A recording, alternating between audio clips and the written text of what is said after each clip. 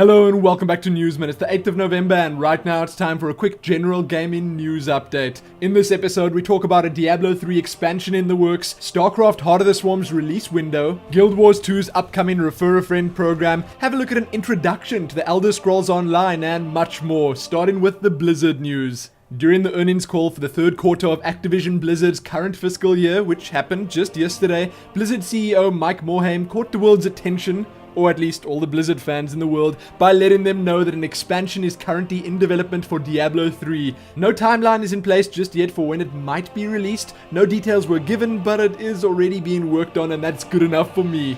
I hate to say this, but I just hope that we'll get our hands on PvP soon, and that they don't end up pushing any of the big features like that back to be released with said mysterious expansion. I doubt that would happen, but you never know. Along with this, we were told that the quality of the expansion and its gameplay are top priority right now, and both of these things will be a big factor in setting up a proper schedule for release. I personally don't even know what I'd want from a Diablo 3 expansion, other than a continuation of the story, of course. I'll have to think on it. In the meantime though, you can tell me your thoughts about this announcement of sorts and what you'd like to see in a Diablo 3 expansion. Next up, sticking with the earnings call and Blizzard news for a second here, StarCraft II Heart of the Swarm, which is still in beta as many of you know, is now targeting a first half of 2013 release, which I would say is kind of expected.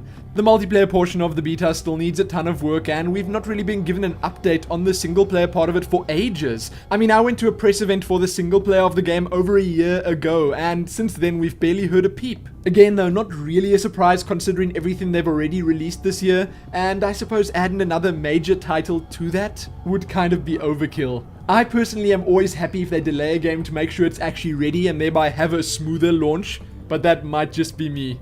Read more about the lot of this below from various different sites. Moving along, let's talk Guild Wars 2. Starting on Monday, November the 12th, everyone with a Guild Wars 2 account in good standing will be able to invite up to 3 friends to join them in the world of Tyria. But that's not all. After downloading the game for themselves, these friends get to enjoy a free trial period running from Thursday, November the 15th, through Sunday, November the 18th. I think you all know those dates. Yep, that's exactly when the Lost Shores event runs. The timing couldn't be better. More information will apparently be given once the Refer A Friend program goes live, but that shouldn't stop you from already thinking about who you want to invite. Who knows, you could potentially convert a few non-MMO playing friends into believers. Guild Wars 2 really is the best place to start, and they gave us such a good weekend to get those friends to play. Again, check the article out below, and right now, let's have a look at a couple of extras before jumping into the smalls. Right here on YouTube, you can watch the latest Far Cry 3 trailer, this one focusing on the story of the game, a video showing off some in-game pre-alpha combat footage from a game currently on Kickstarter called Sui Generis,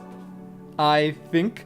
The physics in this are off the chain and it looks like it could be a lot of fun. And lastly, the biggest and most entertaining one by far, an introduction to the Elder Scrolls Online. This is exactly as the title says, a documentary-style introduction video to the Elder Scrolls Online. The video itself covers the basics of the game, including a first look at the Elder Scrolls-style combat system, massive PvP battles, mega server technology that apparently allows everyone to play on the same server, exploration-based content, a ton of in-game footage that looks pretty good to say the least, and much more. We were told to expect constant updates from the team and I can't wait for more of them. Check the full thing out and enjoy. Now though, on to the smalls. First up, Origin has plans to integrate easy-to-use Twitch TV streaming. StarCraft 2's Flashpoint novel is now available. Axiom Esports has signed the former Slayer's Terran player Ryung. The Cinder Kitten World of Warcraft pet is going to be used in a Superstorm Sandy charity drive. World of Warcraft subscriptions are once again above 10 million. Diablo 3 has sold over 10 million copies to date. Guild Wars 2's diorama contest winners have been announced. Reserved Guild Wars 1 names are being released today. There's a Star Wars Old Republic developer update up covering the free-to-play option, some new Dead Space 3 screenshots, and lastly,